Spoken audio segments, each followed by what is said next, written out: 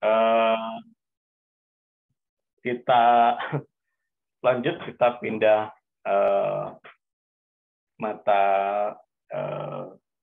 kuliah ya. Jadi sekarang kita membahas ya kita tentang geoinformatika. Jadi sebetulnya ini teman-teman ya geodesi itu lebih advance ya mungkin dari kita nanti, karena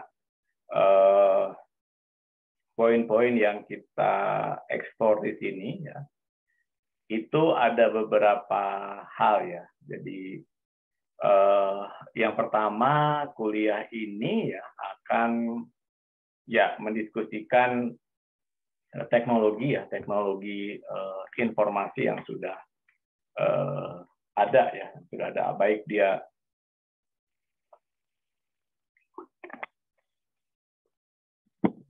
dia berupa software ya.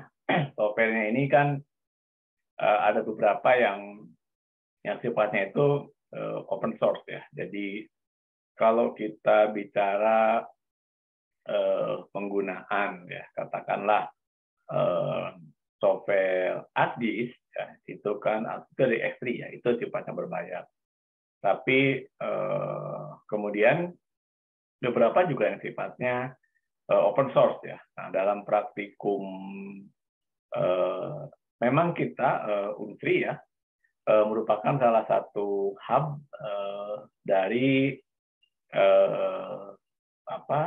geografis dari BIG ya. Nah, hanya lisensi yang diterima oleh PSTG itu kalau tidak saya salah itu hanya maksimal 5 kalau tidak salah. Jadi sehingga pada saat praktikum ya kita usahakan menggunakan QGIS ya, kita menggunakan QGIS itu untuk softwarenya ya. Lalu apa yang akan kita pelajari kira-kira itu ya?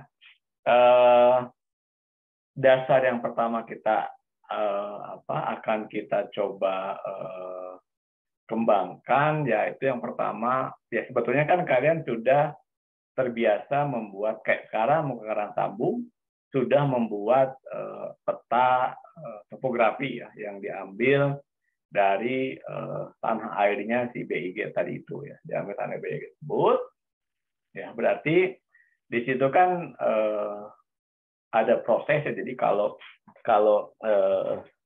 dulu saat saya kuliah ya, kalau saat saya kuliah dulu, kalau kita mau ke lapangan itu ya, kita beli peta dasar ya, peta dasar. Kalau tidak beli ke Jantop, Jawatan Topografi Angkatan Darat ya, kita beli ke Badan Geologi ya. Jadi dari kita ke sana kita pesan, kemudian mereka akan printkan, mereka akan cetak bentuknya A0, kemudian kita bagi, kemudian kita perbesar ya. Ketika perbesar tadi dari skala 1:50.000 kita perbesar jadi 1:25.000, kita gambar manual dan sebagainya. Nah, proses itu kan sekarang sudah tidak saya lakukan lagi kan. Begitu kalian kita sebut silakan ambil peta data dasar, maka kalian langsung menuju ke tanah airnya BIG, kemudian dia download, dapatlah peta skala. Nah, prosesnya sebetulnya masih sama. Jadi kalau kita download dari peta BIG, itu skala yang diberikan oleh dari BIG itu kan 1:50.000, belum 1:25.000. Lalu kalian kan akan perbesar ya menjadi 1:25.000. Nah, di situ tentu ada proses downscaling, perbesaran tadi ya, dari interval kontur yang 25 meter menjadi 12,5 meter.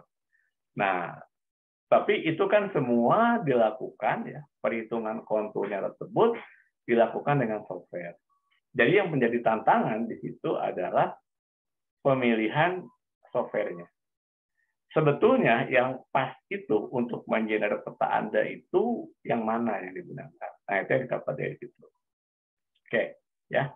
Kemudian poin berikutnya adalah mendiskusikan aplikasinya dalam bidang geologi, ya. Jadi beberapa kajian yang sudah pernah kita lakukan, ya, kita membuat aspek geomorfologi. Jadi pada saat belajar geomorfologi, ya, kita sudah menggunakan, sebetulnya kita sudah menggunakan SIG, Sistem Informasi Geografi. Jadi dulu mata kuliah ini disimpan di semester 3. Jadi belajar SIG dulu, baru kemudian belajar geomorfologi dulu. Belajar SIG dulu, 4-nya baru geomorfologi. Tetapi sekarang, ya, karena kalau kita mengikuti basic knowledge of geology, itu harusnya belajar geomorfologi dulu. Karena SIG itu adalah proses pengolahan datanya. Jadi proses pengolahan data itulah yang akan kita gunakan dengan menggunakan geoinformatika ini. Nah, tetapi kemudian karena ini semester 5, maka kemudian kita improve dengan berbagai informasi yang terbaru. Misalnya kalian bisa lihat di YouTube saya, itu ada penjelasan mengenai DINSAR. Ya, DINSAR, sintesis aperture radar, yang digunakan untuk menghitung subsidence. Ya. Jadi sekarang saya sedang mencoba mengembangkan untuk peta geomorfologi kalian itu tidak hanya melihat, ya, misalkan perbukitan denodasional, lalu kalian melihat adanya longsoran dan sebagainya, satu bukit disebut denodasional. Ya. Padahal, ya, kalau kita balik ke konsep Hugget, itu tidak seperti itu. Satu bukit bisa saja satu sisi denodasional, other side denodasional, not overall that mountain, ya, kalau begitu. Lalu apa indikator yang bisa digunakan? Kalau kita gunakan pendekatan baik, ya, baik itu banyak membahas tentang geomorfologi kuantitatif, bisa menghitung besaran sudut yang dihasilkan. Kalau dia bentuknya konkav, ya, atau cekung, ya, maka di situ terjadi proses denodasional. Karena kalau kita kembali kepada definisi denodasional, itu ada proses terjadinya pelapukan, akibat dari pelapukan tersebut terjadi erosi. Nah, indikator-indikator erosi tersebut ternyata bisa dikuantifikasi dengan pendekatan hypsometri. Jadi kalau nilai sekian, maka itu denodasional kategorinya. Tetapi kalau belum kurang dari itu belum terjadi nasional. Pengamatan lapangan itu untuk membuktikan adanya proses denodasional. Jadi dari indikator hypsometri kita bisa melihat caranya seperti apa. That's the point. Kita mesti membandingkan beberapa citra satelit, ya. Satelit. Jadi misalkan kita ambil data dari Sentinel 2013, kemudian kita compare dengan Sentinel di tahun 2020.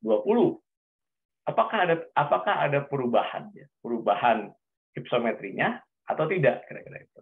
Nah, bukit-bukit yang mengalami perubahan hypsometri tersebut, maka kita kategorikan sebagai perbukitan denodasional.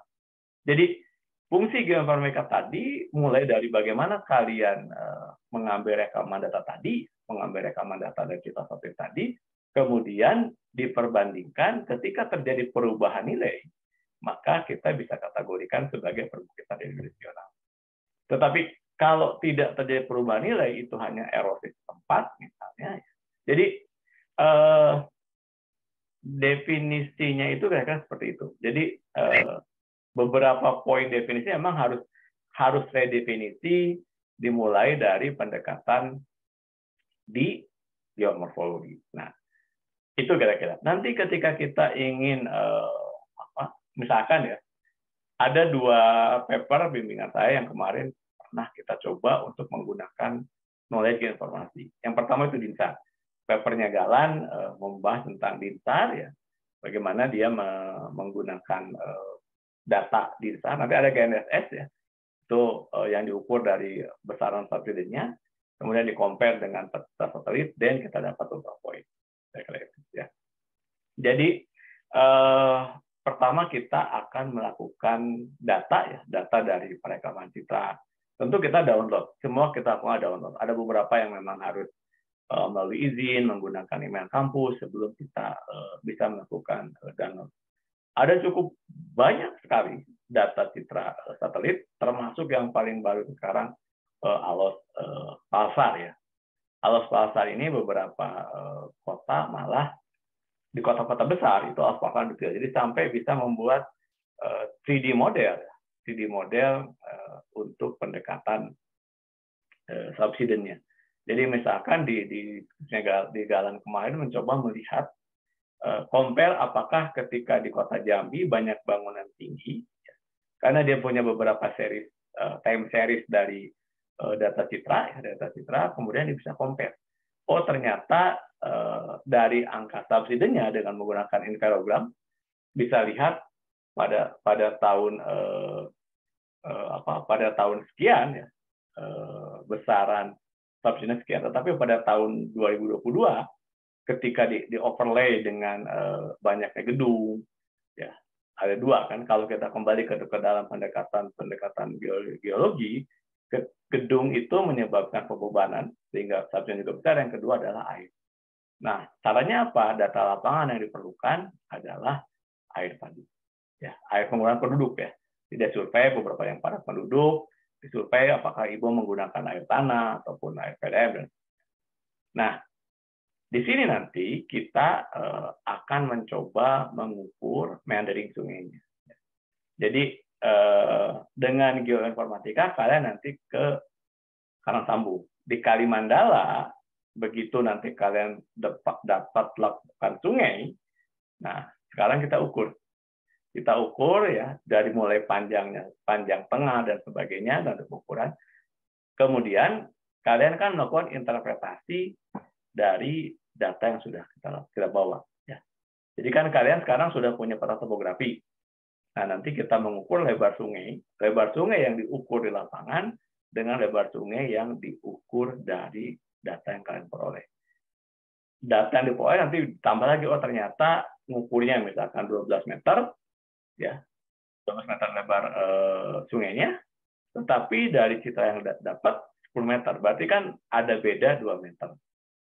Yang dilakukan apa? Improvement metode perhitungan lebar sungai di ASDIS-nya. Mungkin bukan metode itu yang lebih bagus.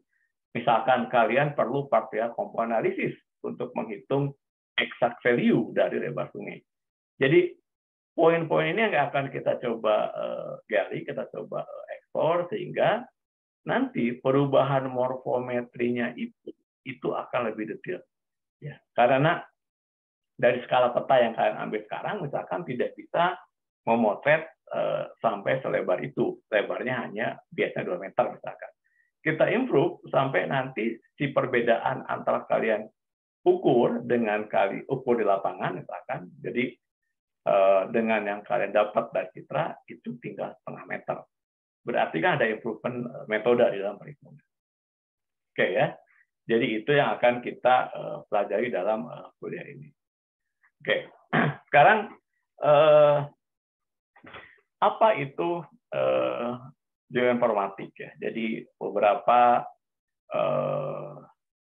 definisi yang banyak digunakan bahwa geoinformatik itu merupakan geografi dan informasi. Ya. Jadi informasi geografi. Makanya kalau kalian buka jurnal geomorfologi, ya saya sering ingatkan bahwa karena Unsri sudah berlangganan Sains Direct dan untuk geologi, untuk mata kuliah geomorfologi, kita bisa akses ke jurnal geomorfologi sejak 2019 ya. Maka setiap tugas yang saya berikan itu mengambil dari jurnal Sains Direct. Jadi bukan saya tidak mengizinkan kalian mengambil dari jurnal-jurnal nasional ya, bukan.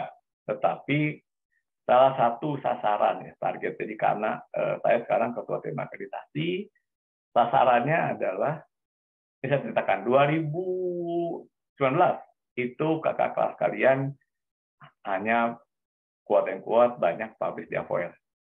Tapi 2020 itu sudah mulai bergerak ke publikasi di APOER dan di jurnal. Meskipun jurnalnya masih jurnal kita, ya, jurnal akreditasi. Di tahun 2021 itu juga kan sudah banyak ke IAGI ya, tetapi seminar IAGI kan kita agak sulit ya comparable. 2021 itu sudah ada mulai nulis di jurnal pertambangan. Ya, artinya dia sudah masuk ke jurnal terakreditasi Cinta 6. Nah, di tahun 2022 tahun ini, saya sampaikan tadi, sudah mulai banyak ke jurnal-jurnal Cinta 5. Misalkan kemarin Kori ke jurnalnya Unpad, tadi Fadel itu ke jurnalnya ITB, Cinta 4. Ya.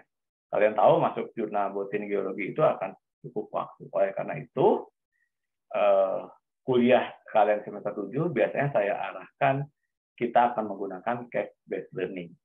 Daerah pemetaan kalian itu dieksplor, kemudian dari situ diharapkan bisa menghasilkan publikasi dari beberapa teori yang kita bahas. Di geoteknik misalkan, saya akan melakukan pendekatan tadi dari subsiden dan seterusnya, sehingga untuk stop stability-nya kita bisa mendapatkan metode baru dari Sentinel. Jadi overlay beberapa kita state ada NDVI, ya. Tania misalkan menggunakan NDVI. Kemudian dilanjutkan oleh Heru, gitu ya. Oleh Heru kira-kira datanya berbeda lagi. Tania belum menggunakan Sentinel, tetapi Galang sudah menggunakan Sentinel, sudah menggunakan Ekerogram. Fadel sudah menggunakan 4 data sumber, makanya kemudian kenapa dia bisa publish di jurnal Botani Geologi. Jadi salah satu karya kalian nanti pada saat setelah selesai lulus, kemudian masih berperan bagi prodi adalah ketika publikasi kalian disertasi oleh orang lain. Ya, mungkin ini ada yang membantu akreditasi ya sama Pak Yogi itu kira-kira itu. Jadi itu yang sekarang saya dorong. Jadi case per case ini ya, saya biasanya lebih menghargai nilai kalian yang bisa menghasilkan sesuatu ya, karya tulis. Ya, itu nilai yang lebih bagus ya kira-kira. Karena itu nanti akan membedakan kalian pada saat membuat skripsi. Oke, ya. Jadi sekarang nih yang kita pelajari ya sekarang ini ya, misalnya saja ya di YouTube itu banyak sekali guidance cara mengolah data ya. Misalnya saya waktu pertama kali menemukan di satu paper yang bicara mengenai hypsometri ya. Morfometri itu dimulai di angkatan 2015, angkatannya Joshua. Saya waktu itu melihat apakah ada pengaruh antropogenik, pengaruh manusia ya terhadap kejadian suatu banjir. Maka ini poin pertama, informasi apa sih yang akan kita perlukan? Ya. Makanya kenapa kita sebut sebagai geoinformatik? Karena informasi geografi ini kan sekarang sudah cukup banyak ya. Sudah cukup tersebar ya. Setiap 1 menit sekali itu satelit itu lewat depan kita. Ada yang satelit punyanya Eropa, satelit punya Amerika, punya NASA, punya Cina dan seterusnya ya. Cukup banyak. Makanya kenapa teknologi Google itu begitu cepat ya. Jadi simpel saja gitu. Pada saat saya mulai menggunakan citra satelit, ya saya gunakan Google. Saya tidak perlu, saya hanya melihat informasi apa yang saya perlukan. Jadi untuk tahu perubahan pemukiman penduduk setiap tahun, misalkan informasi ya, itu dari Google bisa ketahuan. Oh ternyata tahun sekian itu waktu saya lakukan kajian di Srelo, sebelum ada tambang itu nggak ada pemukiman daerah situ. Tapi begitu ada tambang di situ muncul, mulailah pemukiman berkembang. Kita lihat ya, seberapa besar sih pemukiman. Pertanyaan berikutnya, apakah pemukiman tersebut berada di zona aman? Nah, itu kan informasi yang kita kumpulkan. Jadi, dengan Google, saya bukan promosi satu merek, tapi kalian bisa melihat, oh saya mau lihat ini, kita bisa lihat. Bahkan, kalau kemudian satu kejadian longsor di tahun sekian, dan pasca longsornya, ketika kita memiliki data Google series per bulan, itu bisa kita dapatkan informasi tersebut. Ya. Jadi, dengan informasi tersebut ya artinya apa kan itu? Artinya apa? Yang kelebihan dari kuliah kita ini adalah satu, data processing tadi. Bagaimana kita mengolah data?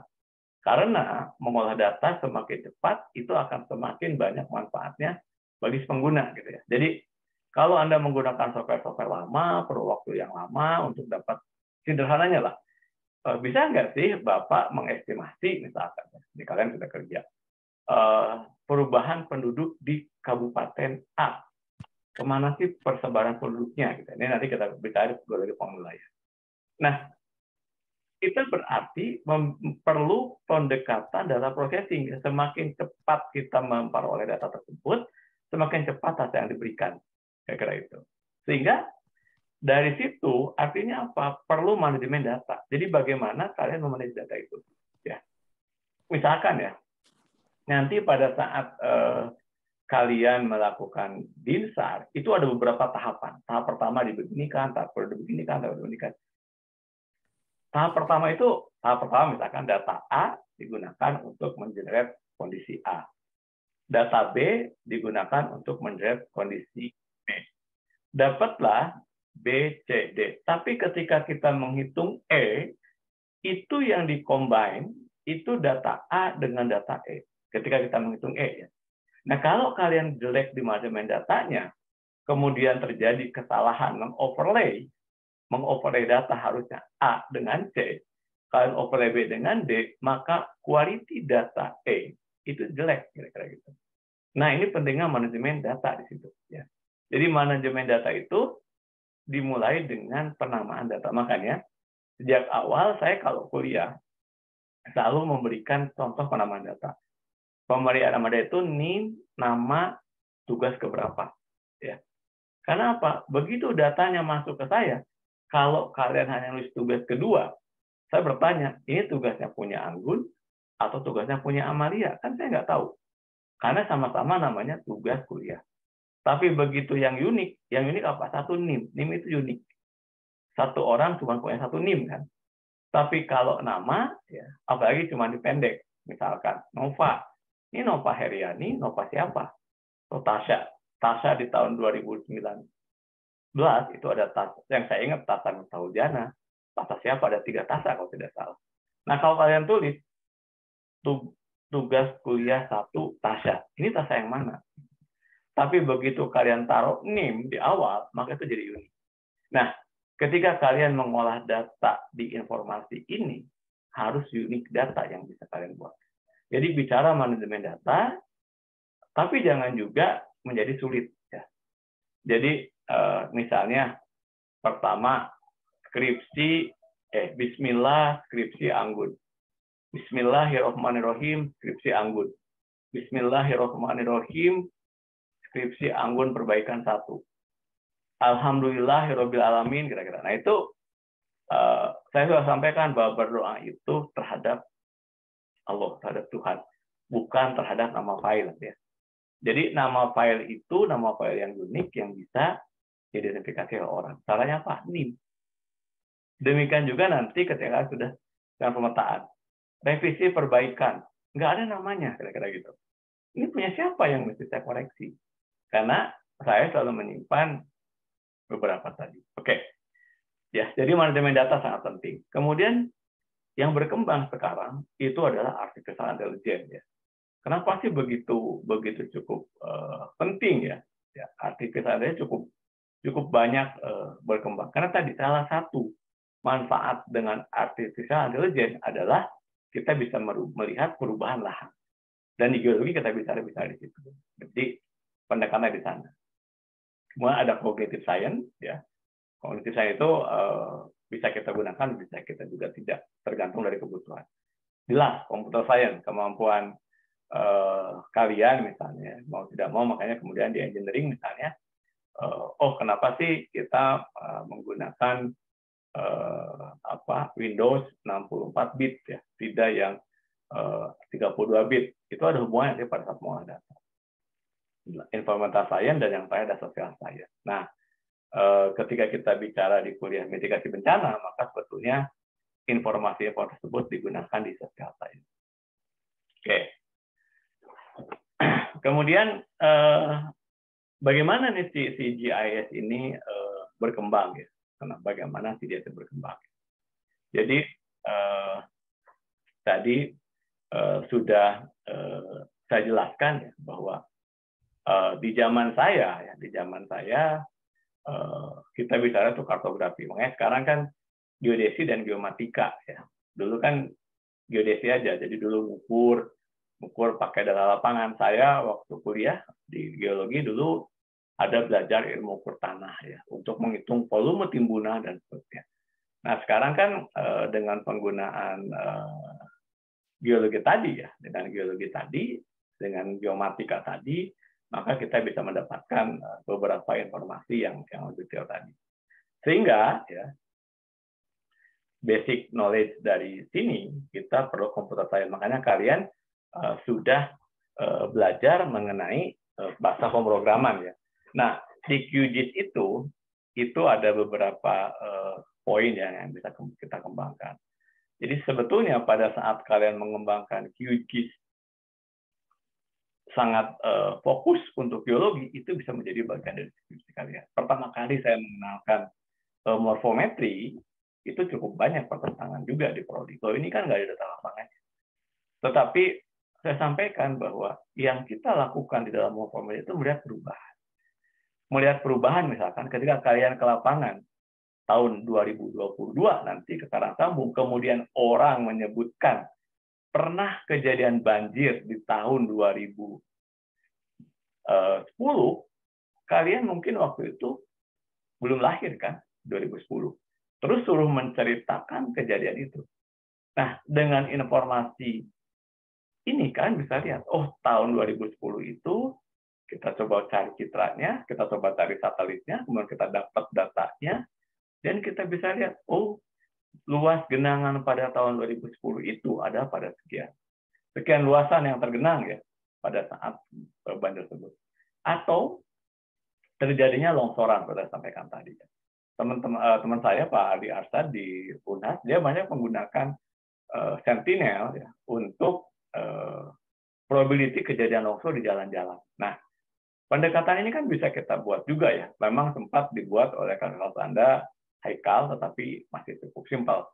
Nanti kita fokus misalkan, kita punya satu jalan katakanlah jalan lahat pagar alam yang paling sering longsor. Ya. Kemudian kita compare beberapa tahun data tersebut, dan kita dapat, oh longsor tadi pada sekian. Lalu kita hubungkan lagi dengan curah hujan.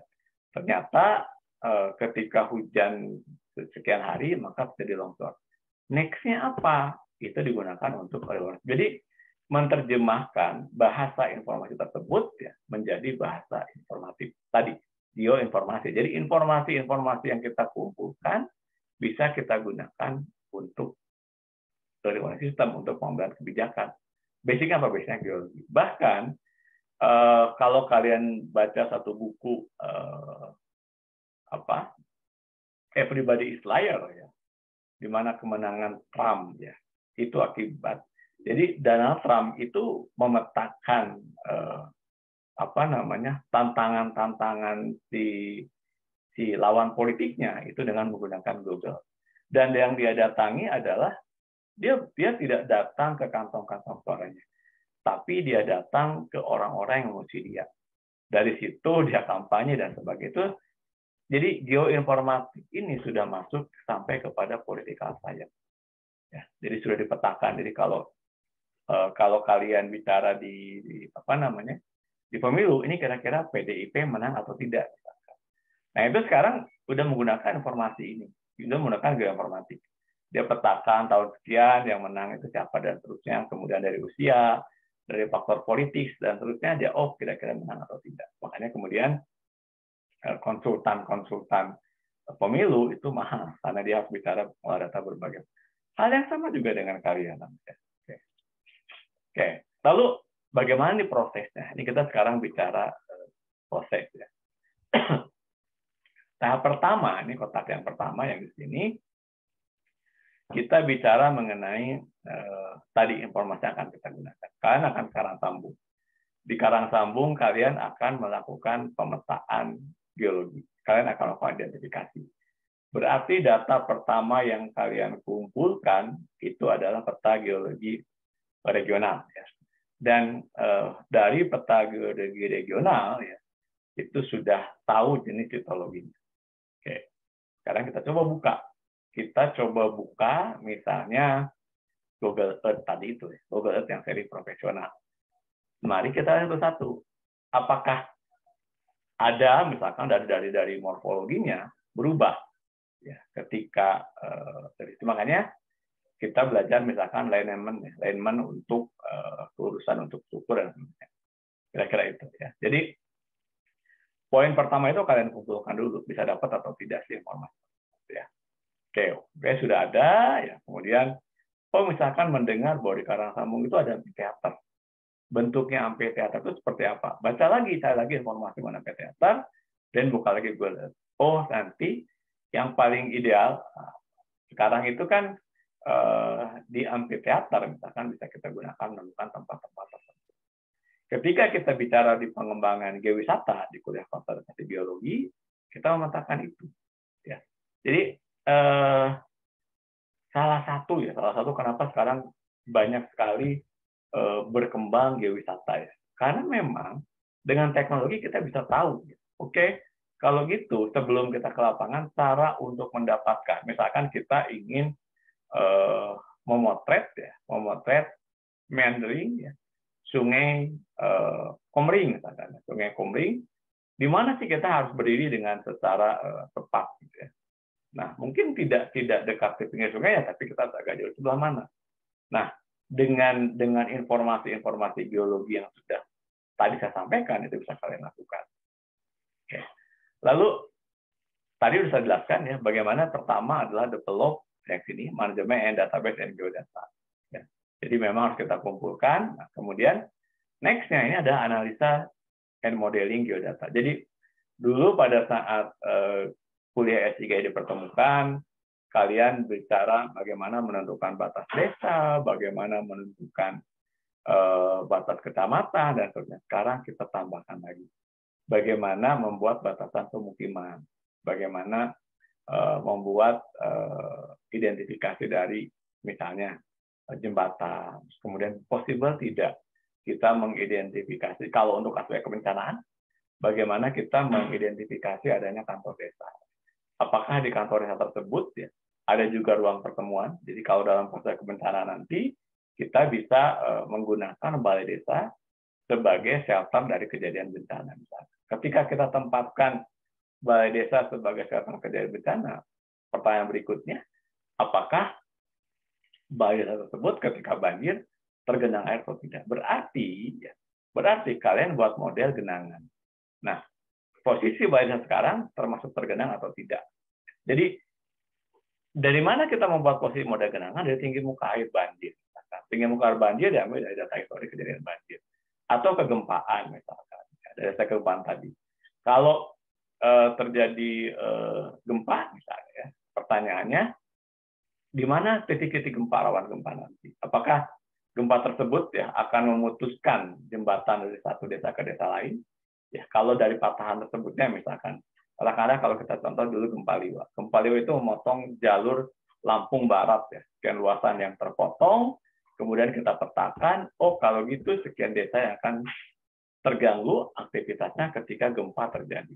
Poin-poin itu kan informasi geologi. Jadi yang kalian bisa buat dari situ adalah menganalisa, membuat modelnya, memodelkan geodata, model kebencanaan, tadi. Nah, bagaimana menerjemahkan dari informasi geologi menjadi model kebencanaan. Nah, kalau yang ketiga, development integration tools ini lebih banyak dikembangkan oleh orang ya, seperti Tumas tadi, yang dia orang-orang geomatika. Dia mengembangkan software tadi untuk mengukur lebar sungai dan seterusnya, sehingga di situ banyaklah bicara geokomputasi. Kita tidak sampai di sana kuliah kita lebih banyak bicara ke geodata dan modelingnya. Nah, saya berharap nanti kita lebih banyak, kalian kan ada praktikum, jadi saya terangkan seperti ini, kemudian nanti kalian mencari case-nya. Oke lah, kita semua akan bahas karang sambung lah ya. Bahas karang sambung, tetapi kan daerah pemetaan kalian itu yang akan kita coba eksplor di masa kuliah. Nanti akan saya sampaikan ke asisten ya. Nah, kalau Tumas kan nggak ikut ke karang sambung, ya nanti data-datanya kamu masuk salah satu kelompok kawasan, ada beberapa kelompok, saya lupa. Oke. Ya. Nah, setelah ini di slide berikutnya saya akan minta kalian untuk mencoba mencari datanya dan kemudian nanti diupload ya, diupload datanya sebagai tugas ya. Tugas yang sifatnya itu ada berbagai data ya. Jadi kita bicara karang sambung, tapi bisa satu bicara dari sisi kebencanaan, satu bisa bicara dari sisi macam-macam lah, bisa perlihatkan ya. Jadi silahkan nanti dibuat, tetapi source data dari berbagai sumber dan kita diskusikan ya. Jadi satu lokasi bisa dibahas oleh berbagai orang dengan berbagai persepsi. Kemajuan satu negara karena masing-masing berbagi sesuai dengan kemampuan ilmunya masing-masing. Oke, jadi kan selalu bertanya apakah geomatik, geoinformatik, atau geospasial teknologi. Di global, batasan geomatik yang sekarang digunakan. Ya. Geoinformatik juga digunakan sebelumnya, tetapi terbatas kepada geoscience, khususnya komputasi. Kemudian geospasial itu lebih banyak digunakan oleh orang-orang yang mengembangkan software. Maka sebetulnya nanti kalau didefinisi secara global itu geomatik, tapi mata kuliah kita sebut dengan geoinformasi karena kita ada di sini, ya fokus pada geoscience, khususnya geokomputasi. Jadi makanya nama mata kuliah kita adalah geoinformasi. Oke, nah sekarang kita sudah mulai lebih mendetil lagi, jadi bagaimana kita menggunakan informasi si geoinformatik ini ya. Oke, jadi geodesi, surveying, mapping, hidrografi, kartografi, fotografi dan fotogrametri, bukan fotografi, fotogrametri dan metode analisis.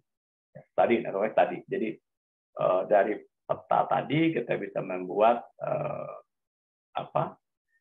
sebaran jalan. Jadi network analisis seperti itu. Network analisis banyak digunakan oleh teman-teman sipil transportasi yang bicara mengenai logistik sistem. Oke. Nah, apa yang kemudian banyak berubah ya? Jadi saya 10 menit lagi saya coba selesaikan bahannya. Ya. Setelah itu kita coba ekspor dan setelah 10 menit, oke, silakan perlihatkan link website yang sudah kalian temui dan apa sih data yang sudah kalian peroleh. Nah, data tersebut nanti dibuat semacam resume cara memperoleh data. Tadi poin pertama adalah kan cara memperoleh data ya, dibuat. Oke. Nah, jadi tadinya ya dari geodesi, surveying, mapping, hidrografi, kemudian sekarang muncullah alat-alat yang banyak digunakan. GIS, wide location, remote sensing, GPS. Ya. Bahkan sekarang kan penggunaan GPS ya itu sudah sampai pada jam tangan ya. Beberapa merek malah sudah bisa ya untuk running misalkan ya, untuk jadi ada khusus untuk lari dan seterusnya. Sampai untuk yang geologi sendiri sudah ada. Jadi kalau dulu GPS gede gitu ya, zaman saya itu gede banget, sekarang bahkan di jam pun sudah bisa, malah kita bisa tracking gitu ya. Nah, demikian juga pada saat nanti mengambil foto ya. Pada saat mengambil foto ya. Nah, ini juga nanti akan kita praktekkan di kuliah kita ini, di kuliah geoinformasi. Kalian datang ke karang sambung, kemudian kalian mengambil foto, di HP kalian kan sudah ada koordinat. Oke. Nah, poin itu yang kemudian data dari HP kalian tersebut, foto singkapan batu pasir A. Di mana? Itu ada koordinatnya. Itu dimunculkan di foto yang kalian buat. Dan nanti dibuat dalam bentuk report. Nanti saya perlihatkan contohnya.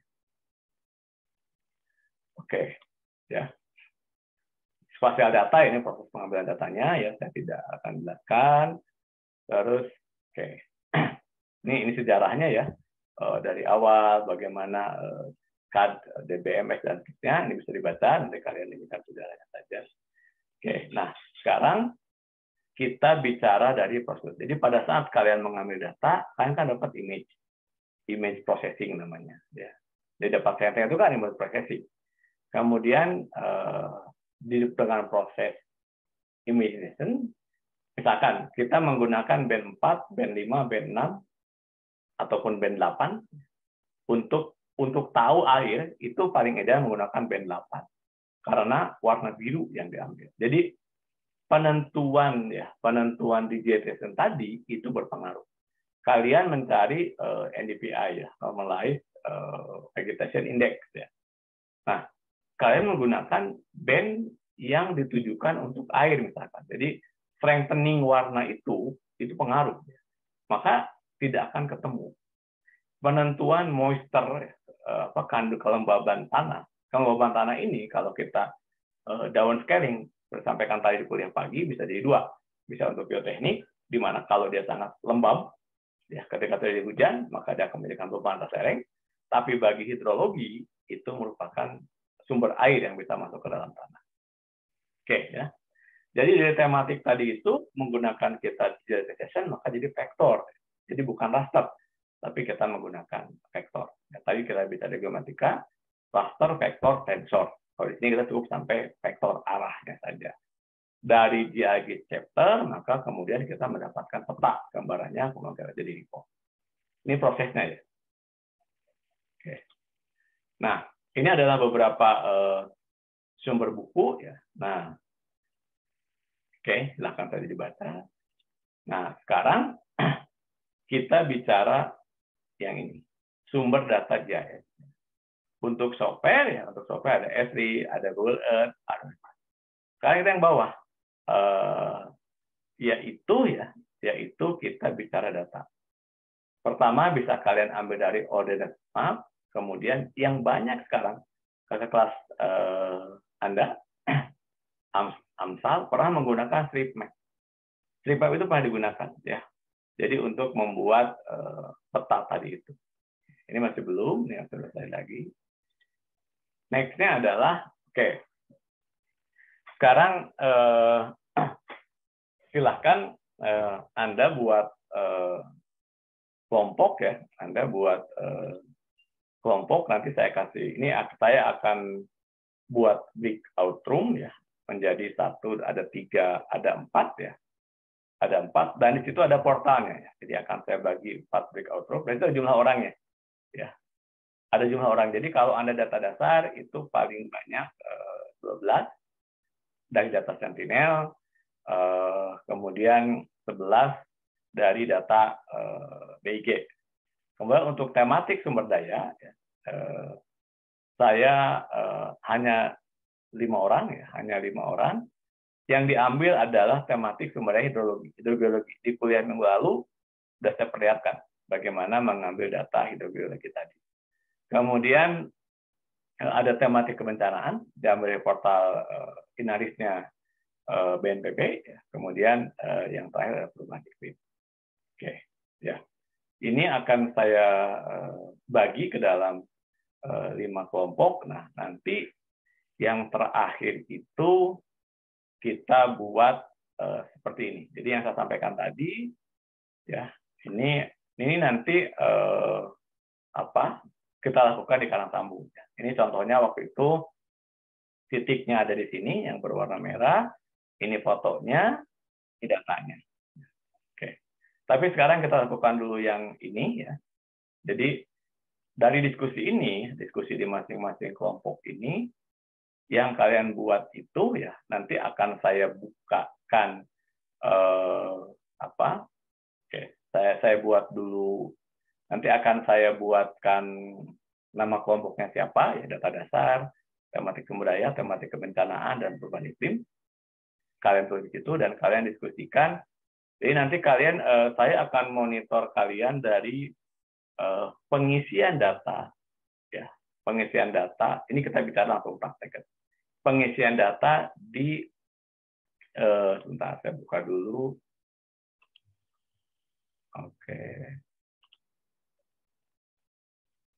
Di spreadsheet ya. Saya buka dulu.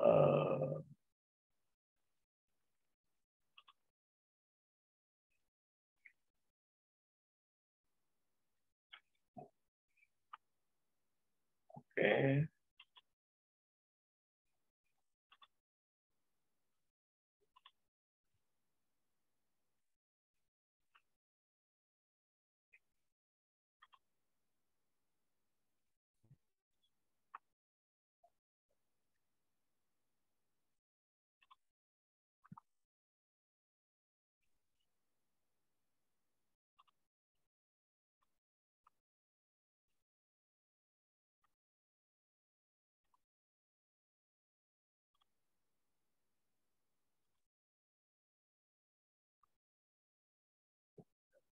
Oke, sebentar. Saya share dulu linknya.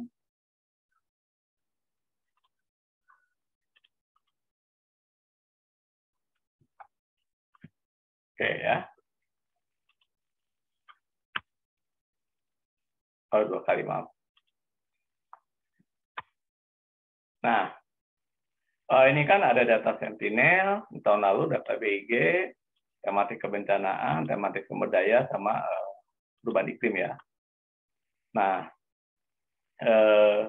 jadi ini kita buat duplikat ya. Jadi biar ini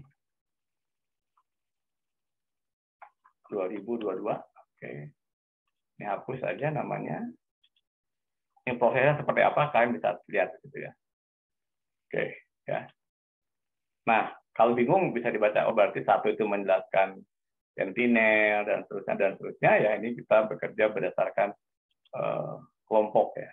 Nah, silakan di sini ya. Kemudian saya akan bagi ke dalam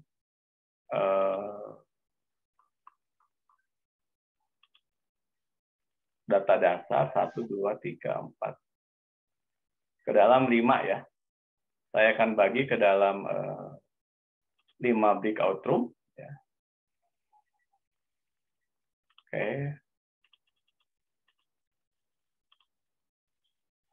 Jadi room 1 itu data dasar BIG. Yang kedua data dasar Sentinel. Yang ketiga hidrogeologi ya. Yang keempat kebencanaan. Yang kelima perubahan iklim.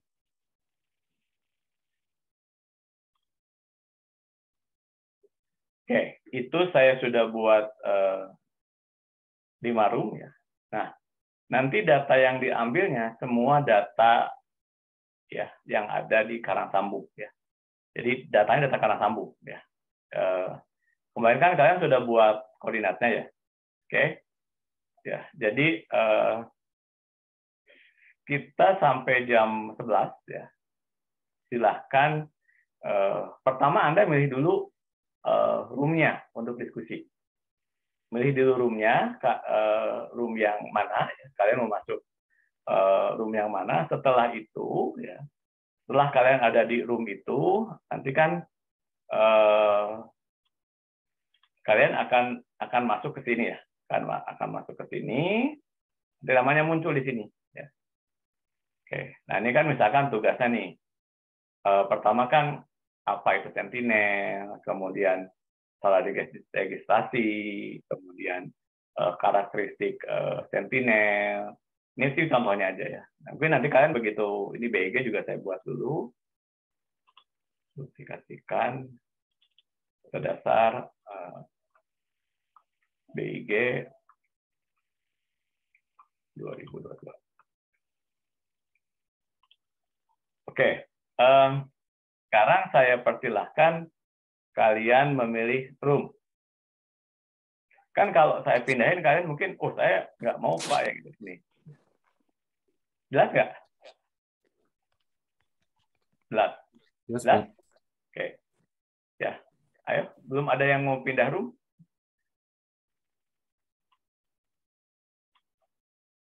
Oke, kebencanaannya sudah ada Fikri, ada... Ingat ya, jumlahnya yang tadi itu. Oke. Baik, Pak. Oke, silakan.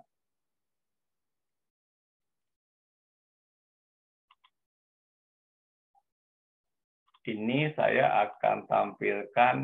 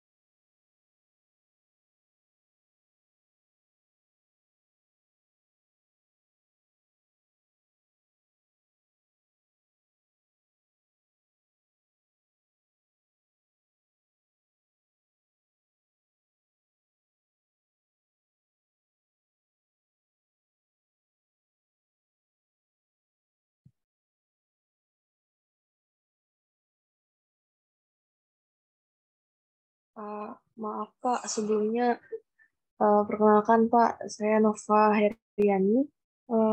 Akun Zoom saya tadi terkendala Pak, jadi saya ikut live streaming Zoom dari tadi Pak. Oke, Saya belum masuk di breakout room Pak. iya, nggak apa-apa, tapi kan bisa ngisi di itu kan, di kak ini Di, bisa akses kan ke Google ini ya. iya Pak, ada saya lihat di live streaming ada spreadsheet gitu Pak. Hmm, Untuk linknya saya belum dapat Pak, jadi belum join. oke, sebentar saya copy lagi ya. Baik Pak, makasih Pak. Oke.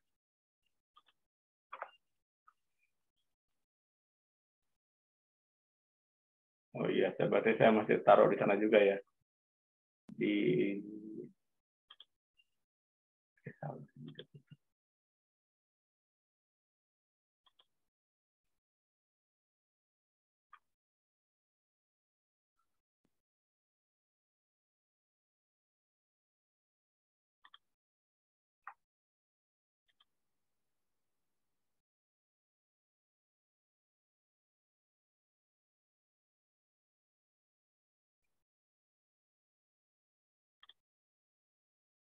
sudah bisa, Nova?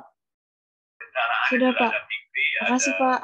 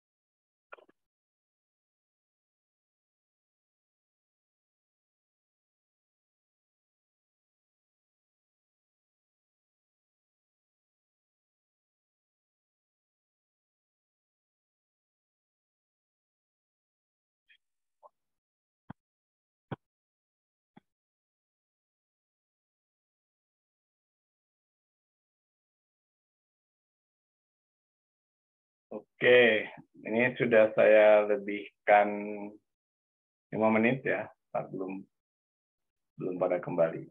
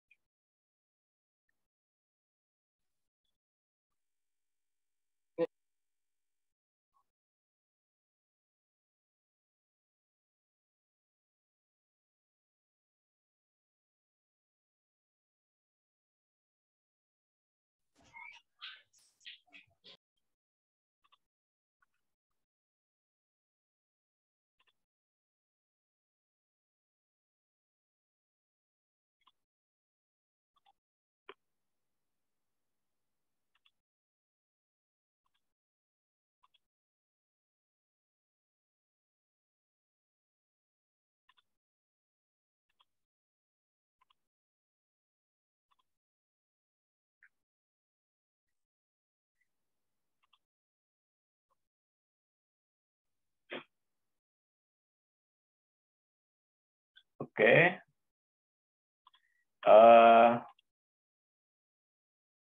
Ini belum pada selesai ya, oke nggak apa-apa. Tapi karena saya jam 11.20 harus ngajar di geomorfologi, ya, jadi ini bisa kalian lanjutkan ya. Nah, nanti agar menjadi catatan dan kita ingat bahwa nanti kan kita akan buat salah satu nilainya itu adalah semacam manual ataupun download data mengenai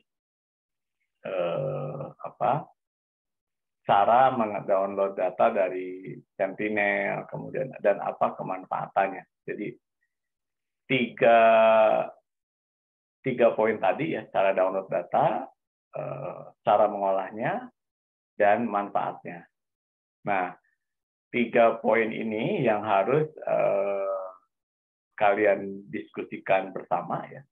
Kalian diskusikan bersama untuk menghasilkan satu framework ya, satu framework. Nah, untuk biar tidak lupa maka dibuat dalam bentuk format bukti kehadiran ya. Seperti biasa tentu harus ada foto dan seterusnya, dan nanti diupload sebagai tugas pertama ya, tugas pertama yaitu pemahaman mengenai sumber data yang bisa digunakan di geostatistik. Oke, jadi silahkan dilanjutkan ya, dan ini hostnya akan saya pindahkan ke salah satu di antara kalian. Nanti untuk resume pembagian tadi, jadi simpelnya tabel tadi itu di copy paste, disimpan di file Word seperti biasa kan? Masih ingat kan bukti kalian kuliah online? Masih ya? Masih, Pak. Ya, dimasukkan ke situ ya. Jadi apa saja bagiannya, kemudian saya kasih waktu sampai jam 5 sore ya, untuk ini kan masih ada yang masih bingung ya, kayak tadi ada yang baru masuk, ada yang belum ngisi. Nah, jadi bukan di copy paste tapi di screenshot ya, di screenshot bahwa kalian sudah mengisi di Google Sheet tadi, jelas ya, di screenshot Google Sheet-nya yang di screenshot ya, kemudian di-cut, disimpan di dalam bukti kehadiran. Jadi saya bisa melihat siapa yang hadir hari ini nanti sampai jam 11.20. Kemudian kita bisa diskusikan lebih lanjut. Ya. Nah, nanti data yang di-download-nya sama semua data karang sambung ya. Nanti data yang di-download data karang sambung ya. Tapi sumber datanya tadi kan ada yang diambil dari Sentinel, ada yang dari BIG, ada yang diambil dari kebencanaan, meskipun tadi tinggal 1 orang, saya lihat tinggal Fikri, yang perubahan iklim tinggal Randy, gitu kan. Padahal saya sudah membagi jumlah orang